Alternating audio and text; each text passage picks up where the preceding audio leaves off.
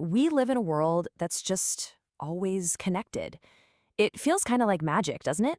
It's constant, it's reliable. But have you ever stopped to wonder what happens if all of that just vanished? For everyone, all at once? When the very foundation of our digital lives disappears, what's actually left? Okay, let's get into it. First, we're going to talk about that fragile magic and what it feels like when it breaks. Then, we'll pull back the curtain on the hidden machine, why it all fails at the same time. And finally, we'll look at the resilient alternative, a type of system that tends to stick around when nothing else does. So, let's start with this illusion we all live in. Our communication systems work so well, so seamlessly, that we totally forget they're even there. It really is like magic, right up until the moment the trick fails.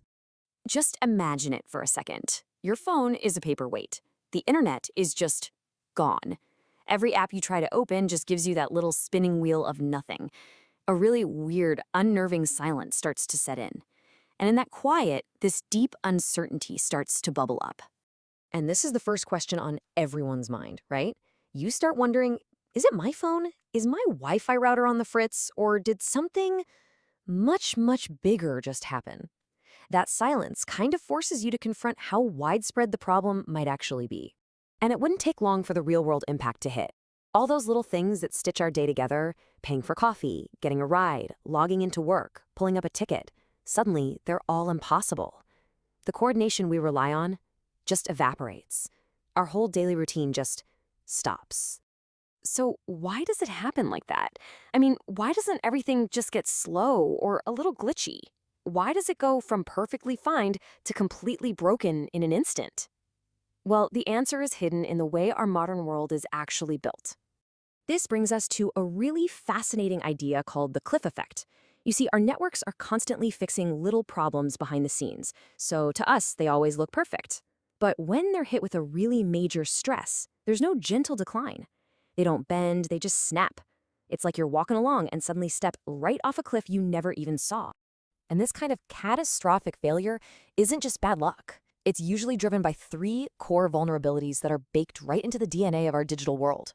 They're all connected to each other. First up, centralization. We built everything to be super efficient and fast, which means most of our data flows through just a handful of massive digital hubs. Think of them like major highway interchanges. If one of those goes down, it can cause a traffic jam that takes out thousands of websites and services that seem totally unrelated. The next vulnerability? Power. All of that amazing hardware needs a constant, massive supply of electricity to run. Now, sure, there are backup systems, but they're not a permanent solution. Batteries die after a few hours, and generators, well, they need fuel. And in a major crisis, getting that fuel might be a whole other problem. And finally, it's easy to forget that the cloud isn't some magical thing floating in the sky. It is physical. It's thousands upon thousands of miles of fiber optic cables buried under our feet and laid across the ocean floor. It's cell towers that are totally exposed to storms, floods, and accidents. This stuff can break. So when you mix these three weaknesses together, you get this, the cascade effect. It's like a domino chain reaction. A power grid fails, which is the first domino. That knocks over a central data hub. At the same time, maybe a storm damages some cables, so the system can't even reroute everything. And just like that, one local problem spirals into a massive, widespread failure. But that's not where the story ends. Because when all these super complex, interconnected systems fall down, there's often a much simpler, more rugged form of communication that's left standing. And here's the crucial thing to understand.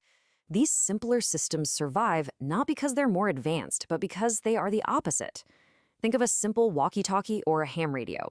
They talk directly to each other. They're decentralized. They don't need a data center or a stable power grid or miles of cable to work. They just have way, way fewer points of failure. However, and this is a really big however, that toughness comes with some major trade-offs. The first one is capacity. These simple systems cannot handle the massive flood of data we're used to. You can forget about streaming videos or even sending pictures. We're talking short, simple text or voice messages. The other huge limitation is just access and skill. I mean, pretty much everybody has a smartphone and knows how to use it, but very, very few people have the right kind of radio gear, and even fewer know how to actually operate it correctly. It creates a massive gap in who can actually communicate. So what this all really boils down to is a fundamental trade-off we've made, maybe without even realizing it.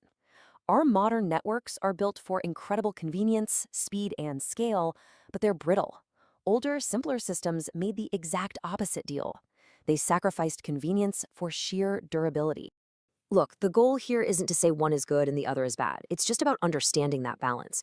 Because when our powerful yet fragile systems go dark, it's often the simplest, most basic forms of connection that somehow find a way through.